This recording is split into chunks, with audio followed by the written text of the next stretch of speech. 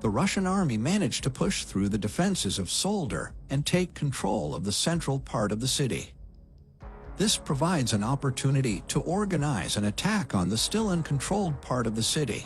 Moreover, the Russian troops also managed to completely take control of the settlement, Bakhmutskoye, located south of Soledar, which makes it possible to begin encircling the group of Ukrainian troops.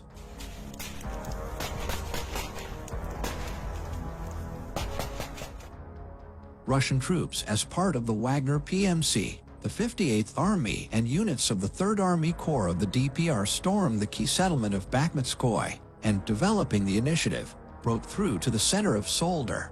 Such information is provided by the journalists of War Gonzo. At the moment, it is known that due to taking control of the settlement and managed to create a threat of encirclement for the Ukrainian troops, forcing the latter to retreat, in connection with which the central part of Soledar came under the control of the Russian army in just a few hours.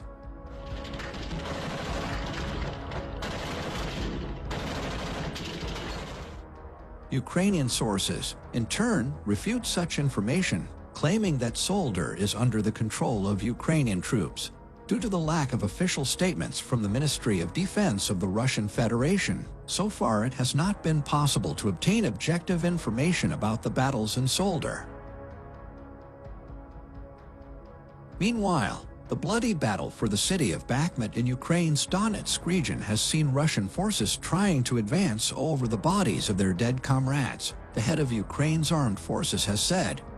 Valery Zaluzhny, commander-in-chief of the Ukrainian armed forces, wrote on Facebook on Tuesday that there was heavy fighting on the border of Sverdlov-Kremenna in Luhansk Oblast, as well as in the direction of Lysychansk. He said that the most difficult situation remains in the Soledar-Bakhmut-Mayorsk area. There, the enemy is actually using their corpses trying to advance, but the defense forces units are suppressing the enemy's offensive, he wrote, according to a translation, without specifying any further details. In another post he said that the enemy is virtually attempting to advance over their corpses, but Ukrainian Defense Forces units constrain the enemy's offensive.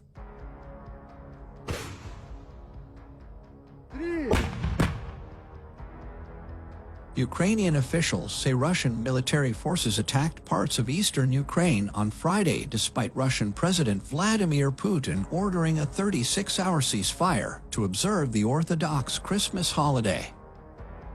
The truce was to go into effect at 4 a.m. at Friday and last until 4 p.m. ET Saturday. Ukraine and Western allies had rejected the ceasefire proposal, however, calling it a battlefield tactic, but Putin was reportedly not conditioning the military halt on Ukraine's acceptance. Agence France Presse AFP journalists reported hearing outgoing and incoming shelling in the city of Bakhmut after the ceasefire was scheduled to begin. Air raid sirens were also said to be ringing throughout the country. Ukrainian parliament member Inna Sovsun tweeted that the air raid sirens began sounding 2 hours into the Russian leader's ceasefire. Like literally, he couldn't even hold it for 2 hours. That's how much one can trust Putin, she said. Kyrylo Tymoshenko, the deputy head of Ukraine's presidential administration, wrote on his Telegram channel about an additional Russian strike that he said hit the eastern city of Kramatorsk. The occupiers hit the city with rockets twice, Tymoshenko said, and then they talk about a ceasefire. This is who we are at war with. Putin's public ceasefire order was directed to Russian Defense Minister Sergei Shoigu and came after the head of the Russian Orthodox Church, Patriarch Kirill, called on both sides to halt fighting through the holiday. Meanwhile, Ukrainian President Volodymyr Zelensky dismissed the ceasefire call during a Thursday night video message. Now they want to use Christmas as a cover to at least briefly stop the advance of our guys in Donbass and bring equipment, ammunition, and mobilized men closer to our positions, he said. What will this bring? Just another increase in the death toll. U.S. officials also questioned the sincerity of Putin's ceasefire. When asked about the Russian leader's order during a Thursday briefing, State Department spokesman Ned Price said we have little faith in the intentions behind this announcement.